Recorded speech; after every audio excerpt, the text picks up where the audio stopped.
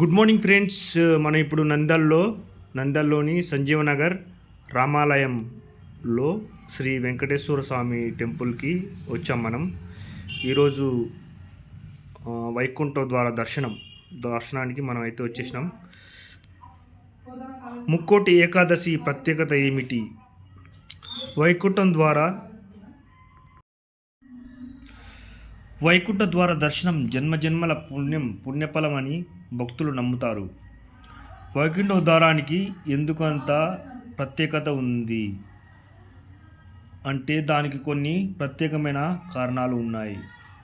మనిషికి 5 కర్మేంద్రియాలు, 5 జ్ఞానేంద్రియాలు, ఒక మనస్సు కలిపి 11. వీటిని ఏకాదశి అంటారు. వీటన్నిటినీ అదుపు చేసి మనస్సుని నారాయణునిపై మళ్లించిన వారికి ఆ సాక్షాత్తు లక్ష్మీనారాయణుడే దర్శనమిస్తాడని భక్తులు నమ్ముతారు. అలాంటి ఈ దర్శనాన్ని మీకందరికీ అందించాలని మేము ఉదయాన్నే లేచి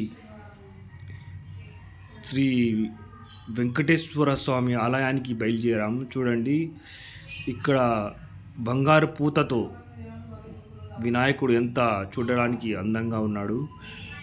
ఇలాంటి దర్శనం మీకందరికీ, నేను మాత్రమే కాదు మీకందరికీ కల్పించాలని ఎంతో ఆతృతతో ఉదయాన్నే లేచి పరిగెత్తుకుంటూ వెళ్ళి మీకోసం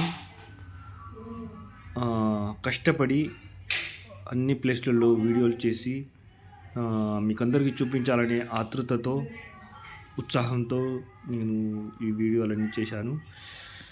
మీరందరూ లైక్ చేసి సబ్స్క్రైబ్ కూడా చేయండి. నా కష్టాన్ని ఒకవేళ మీకు నచ్చినట్టయితే ఒక లైక్ చేయండి.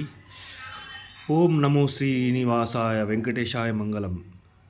చూడండి, ఇప్పుడు నిజమైన స్వామివారి దర్శనం చేసుకున్నాం. సాక్షాత్తు శ్రీ తిరుపతిలో ఉన్న బాలాజీ ఎలా అయితే ఉంటాడో వెంకటేశ్వర స్వామి అలాగే మీకు దర్శనమిస్తాడు.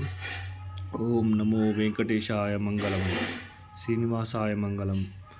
ఈరోజు వైకుంఠ ద్వార దర్శనం రోజు మీకందరికీ దర్శనం కలిగిందని, ఆ దేవుణ్ణి మీకందరికీ చూపించగలిగానని నేను ఆనందం వ్యక్తం చేస్తున్నాను.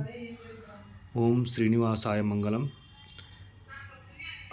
వెనక్కి సైడ్ అనేది ఇట్లా చాలా చాలా డెకరేషన్ చాలా బాగా చేశారు.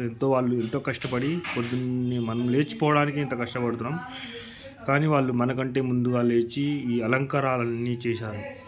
ఇది ఉత్సాహ విగ్రహం. ఓం నమో నారాయణ.